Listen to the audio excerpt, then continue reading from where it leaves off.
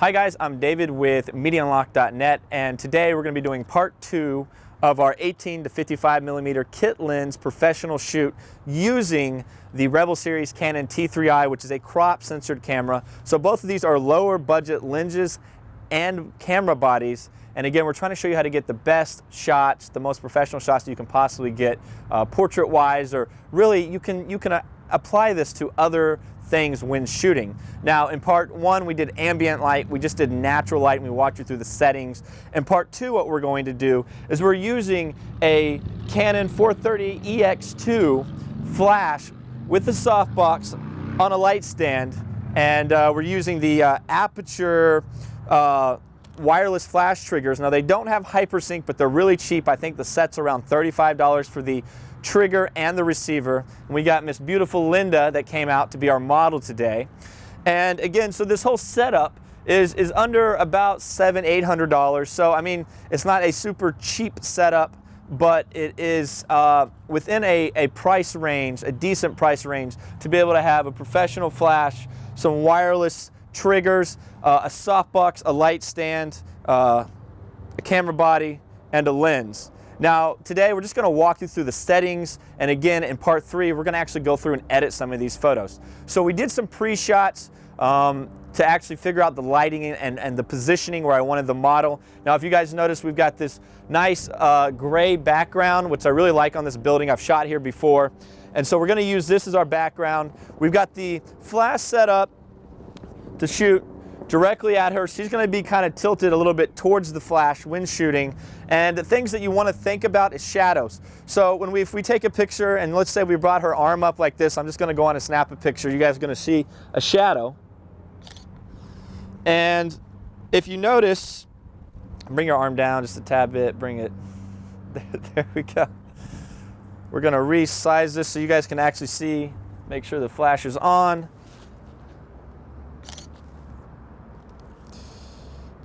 And if you notice right around her stomach area, she's got a little bit of a shadow. Now, we don't want to do that. So when you're working with models and shooting with the flash, you want to make sure that the arms are going to be closer to the body, and the flash is not going to directly hit the item in your arm, and then the flash will go through the arm and cause a shadow to be on the body. We actually don't want that. So you got to be conscious of that. Other things to think about when doing your settings. Now, today, I'm not going for a depth of field thing. I'm really focused on a sharp, clean looking image. So we're going to work with an f8 aperture because that's where most lenses, their sweet spots are going to be. And that is where you're going to get the sharpest shot. Again, 5.6 to about an f11 is going to be your sharpest shot. Anything over f11, you get diffraction, you lose the sharpness, but more is in focus. Anything under 5.6, you get more depth of field, but again, you're losing your sharpness. Now, we got an ISO of 100. Again, we want to lower our ISO as low as possible. The lower the ISO, the cleaner the image looks. And then we're looking at our shutter speed. Now, with shutter speed, this is how you kind of base your shot off of, especially when you're using a flash, working with any type of camera body or lens. You want to base your shutter speed off the background. So you want to take shots of the subject, practice shots, test shots, where your background's properly exposed. So if we were actually shooting the sky or something like that, it might be blown out. The sky might be blown out where she's in focus, right? Where Linda's in focus. So what we do is we use our shutter speed to get the sky, the background in focus, or in the exposure correct in the background, not focus, but we use the shutter speed to get the background, the exposure correct. And then what we do is we use the flash to even the model out so that your background's nice and in focus, the exposure's right in the background, and the model's got the right exposure. Now, other things to think about, we're using a single model today. So again, with the flash, let's talk a little bit about flash settings real quick. You can set, we're gonna be shooting in manual, so we're gonna have full control over the flash, and you have different powers. You have full power, half power, 1/4 power, 1/8 power, 1/16 power, 132, and then 1/64 power. Okay, so it keeps halving and the power gets less and less and less. We're going to start off with 1/2 power today, and we may have to bring that up or bring it down. And then you have the millimeters on the back of the screen, and we'll pop up what the back of the screen looks like right now. You have 24 millimeters, 34, I think we're set at 50 millimeters right now. And so the smaller the number, millimeter wise, is how wide the actual flash, how much it spreads out. The larger the millimeter number is, the larger the number, the more narrow the shot is. So if I was at 105 millimeters, it's going to be very narrow towards her, okay? It's going to give her more of a direct beam of light. So what we want is not too wide, because we're working with one subject. We want somewhat in between, not too wide but not too narrow. So I went with 55 millimeters. We may have to tweak that a little bit. Now again, back to the settings. I'm using a shutter of 100, an f-stop of 8. Again, that's where our sweet spot should be with the sharpness. You can play around with that. Every lens is a little bit different. And then our ISO at 100, and we just went with auto white balance. Now, if you're going for a picture profile, you could use standard, portrait, you could use auto. I'm a big fan of neutral.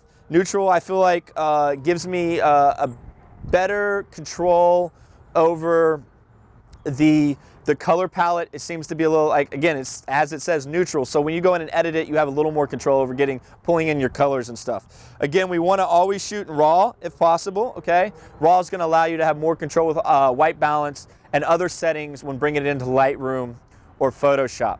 So let's go on and take our first shot and see how it looks.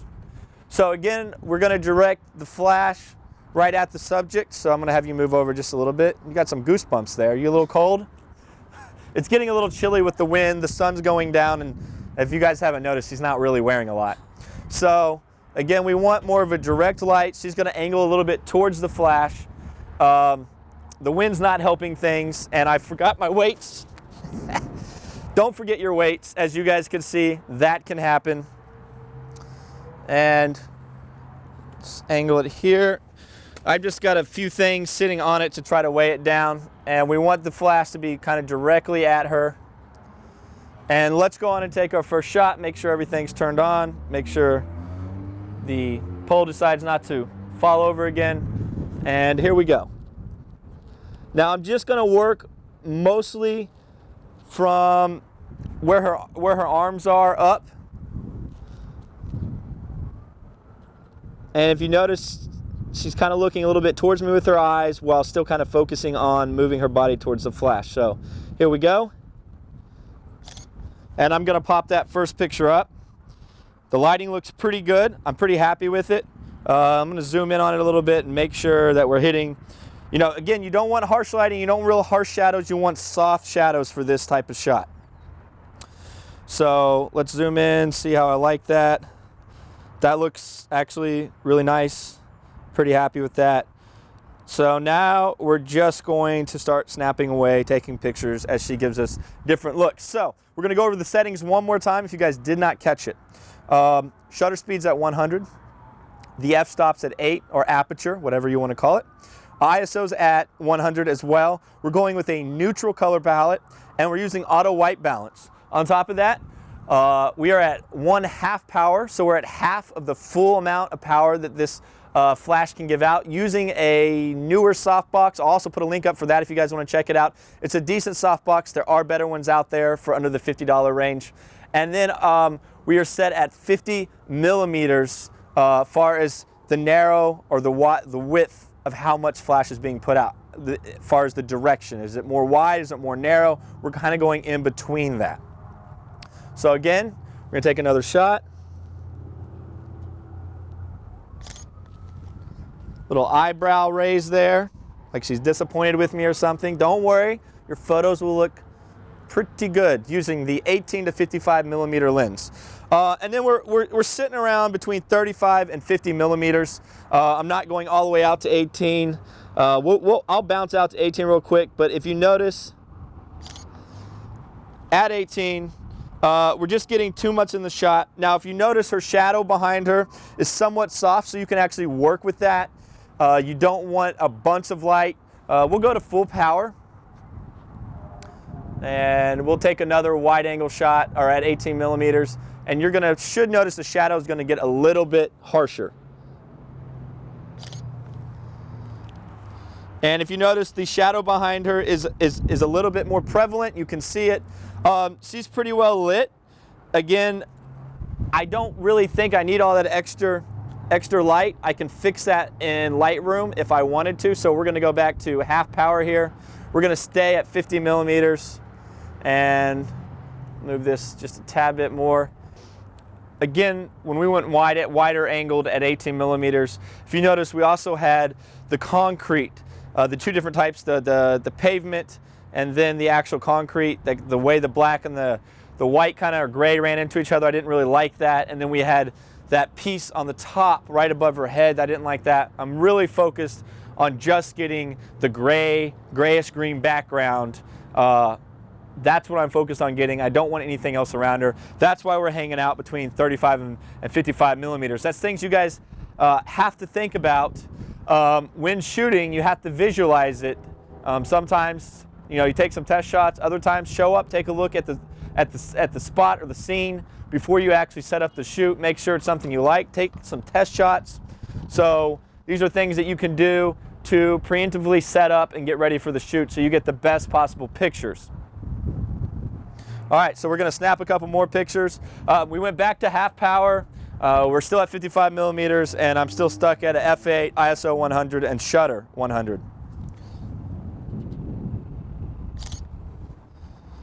And again, these are looking really good. I'm really liking them. It does help when you get to work with a professional model though. And we're just gonna snap away now.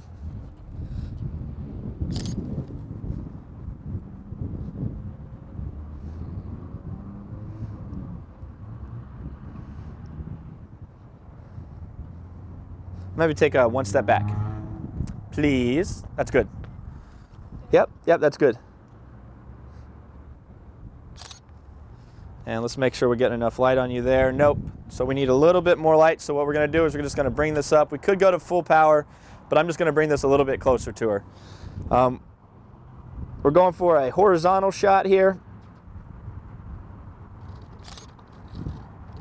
And there we go. The lighting's good. Now, if you notice, there's a little darkness of shadow, but it's softer. It's not harsh. We don't want harsh shadows. We want softer shadows.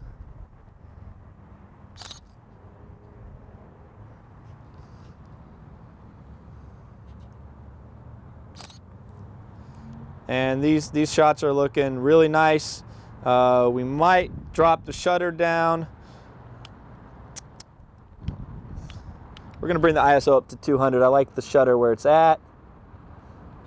A little quirky smile for me.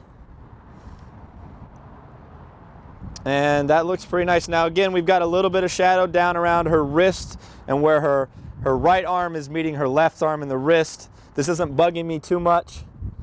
This may bug you.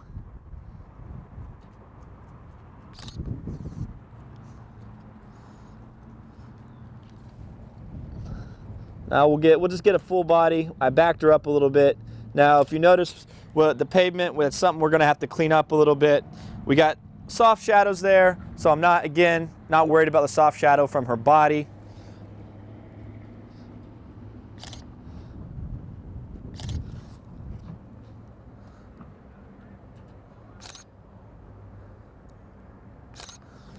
So we've got a couple really nice photos. So now what we're gonna do is we're gonna head into the editing room. We're gonna edit these photos. We're gonna walk you through my process and my steps for editing these photos so you can follow along as well. These will be downloadable, a couple of them, so you guys can actually download the photo and edit along with us so that you can actually get the experience. Hopefully this has helped you guys out a little bit. Take out your old 18 to 55 millimeter lens or your Rebel series camera or whatever, you know, lower budget, you know, DSLR you have to work with. You can still produce amazing and great shots. You just got to know how to. You got to get to know the settings, the environment, the editing aspect, and that's what we're trying to get to you guys today. That's what we're trying to teach you. So again, in part one, we got to go over ambient lighting without a flash. Part two, we used a really basic flash setup so that we can still get great shots. Thanks for stopping in, and we'll catch you guys next time. Hey guys, if you'd like to check out our website where we have all kinds of fun and exciting blogs, videos, and extra information that isn't on our YouTube page, click right here. If you'd like to talk to us or contact us and kind of take a look at all the different stuff that we have going on, we've kind of funneled it all through our Facebook. You can hit our Facebook page right here and follow us or like us. Now, if you like to look at cool pictures and behind the scenes stuff, we do that on Instagram right here. So go on and follow us on Instagram. And of course, we got our cute little bird right here, Mr. Twitter, and you can follow us as we do our short tweets.